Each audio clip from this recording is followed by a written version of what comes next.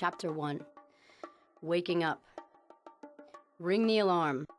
A tsunami of truth and revelation is sweeping our land, and indeed the entire planet, from the origins of our existence to our global enslavement. Whistleblowers, insiders, truth-tellers, and professionals from all paths of life are disclosing and revealing the jaw-dropping realities of our world that the majority of us do not get to hear about. Information is spreading like a wildfire, and it cannot be tamed. It needs to annihilate the old paradigms that have kept humanity in a state of disempowerment and mental slavery for thousands of years. And that's exactly what is taking place right now. Concepts and institutions that we are born into and ruled by are busting at the seams, making way for new actualities to come into existence and take their place. The amount of information available is endless thanks to people working independently and in collaboration to shed light on the darkness that obscures our collective sight. They've been doing a tremendous job in their service to humankind by speaking out and sharing profound knowledge with the world. We are so fortunate to be living in the midst of an information explosion, for now we have an adequate amount of knowledge to comprehend the bigger picture of who and what we really are, where we have been, where we are now, and where we are going. No longer will we be manipulated to live in ignorance, for humanity is expanding its individual and collective understanding about our world, and more importantly, ourselves. We begin by actively questioning and investigating the consensus realities we adhere to on a daily basis, the stories told by our powers that be, which we base our lives on, are long overdue for examination and assessment by the public at large. Government, banking, economics, state education, and religion are just some examples of the current world order that most of us had no hand in consciously creating, but nonetheless our lives, our thoughts, and our beliefs are based on and revolve around these very institutions. The time has come to pay closer attention, to rely on our own intelligence and embrace our innate ability to discern whether or not these institutions have a place in our existence anymore. Do they support humanity or hold us back? Are they representative of what we really want, or are they simply ways by which we can be controlled? Are we truly free citizens in America, or have we been manipulated into just thinking we are? Answering these questions requires a look at some facts, evidence, and history. The hidden knowledge, the deeply significant realities have not and will not become known to us through the nightly news, high school textbooks, our churches, or other institutions that provide us with what we assume to be valid information. The very basic process of research, investigation, and discovery has uncovered the truth regarding some of our most basic assumptions. Coming to know these truths will profoundly change the way we view ourselves, the world, and life in general. When we seek to understand our surroundings and environments in the broad sense, we come to realize that we operate under deeply ingrained paradigms and concepts that we were born into and programmed to live by. When we take a step back and look at the finer details of the bigger picture, we can recognize what we unwittingly uphold. These moments of realization are momentous. With each revelation, we become more conscious. From here, we can start asking the right questions, discover more truth, and make better, more enlightened decisions and choices as a result. The information surfacing for us to finally see has the capacity to launch our individual and collective consciousness into new ways of living and being. For example, up until around the turn of the century, we assumed that our genes controlled our destiny on this planet. You were born with certain genetics, these genes were set in stone, and they determined your biology. Now we know from the science of epigenetics that DNA blueprints passed down through genes are not set in stone at birth. In fact, genes alone do not determine our earthly destinies for us. Nutrition, stress, emotions, and environmental influences can modify our genes at a measurable physical level. We are all modifying our DNA on a regular basis just by doing things we naturally do, like eat, think, feel, and observe. Only we haven't known that. Now that we do know, we can do it consciously. We can be aware of what kind of information our DNA is receiving from us. Not only can we reprogram our DNA, but these upgrades, downgrades, and modifications of all kinds can be passed on to future generations. And the source for that is Reich and Walter, 2001, Serrani, 2001, and Bruce Lipton, 2005. Literally everything we do, say, feel, and think directly influences our genetics. However, our ability to affect physicality is not just limited to our genes. Pioneering quantum physicist David Bohm uncovered through his scientific work that, quote, "We are all linked by a fabric of unseen connections. This fabric is constantly changing and evolving.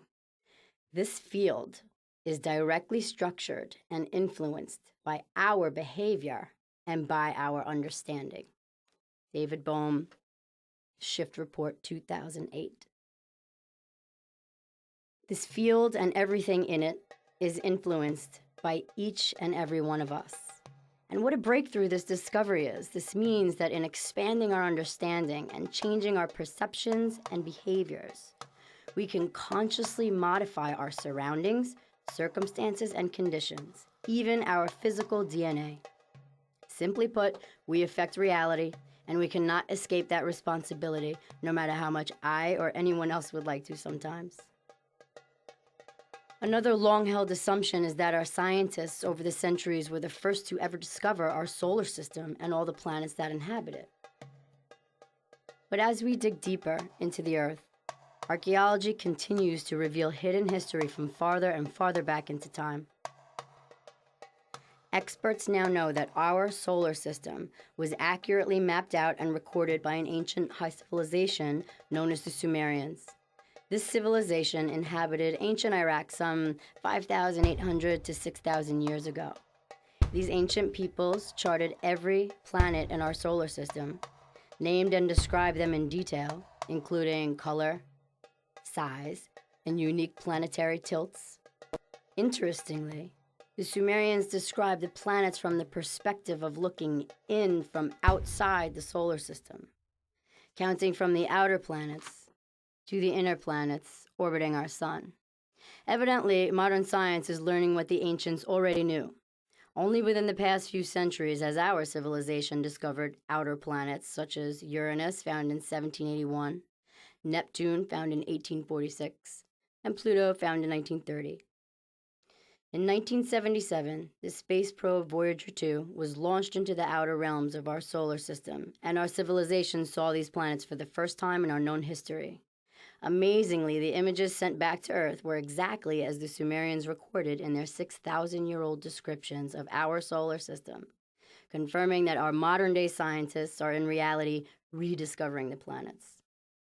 Phenomenon, The Lost Archives, 1992. Talk about paradigm busting. The discovery that ancients had extensive knowledge of the cosmos, that they knew in detail then, about planets, which we recently found ourselves, suggests that our history is richer and more complex than we could have ever imagined. A closer, more personal supposed fact is that our government here in America is still representative of its citizens. This is one of the more sensitive topics explored in this book. It's unsettling to contemplate and downright hard to swallow, the various ways in which our government deliberately manipulates our minds and hearts in order to further their own self-serving agendas. From our slumber, we awaken to discover that we have literally become economic slaves to an elite ruling class, and right now we are in the midst of a countdown, a debt bomb getting ready to blow. Simultaneously, and not by coincidence, we are on the verge of ushering in global government.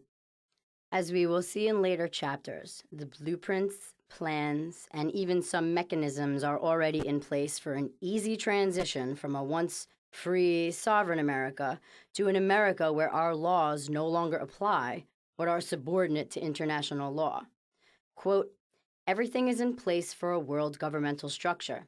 We have a global body that is growing in power. We have a situation whereby a global tax is imminent. The global army is operational, and a global currency is right around the corner." End quote. Joan Vion, One Nation Under Siege, 2006. In 1974, former U.S. Deputy Assistant Secretary of State, Trilateral Commission member, and Council on Foreign Relations member Richard Gardner published his article called The Hard Road to World Order in the CFR's Foreign Affairs. In it, he states that, quote, the House of World Order will have to be built from the bottom up rather than from the top down. But an end run around national sovereignty, eroding it piece by piece, will accomplish far more than the old-fashioned frontal assault, end quote.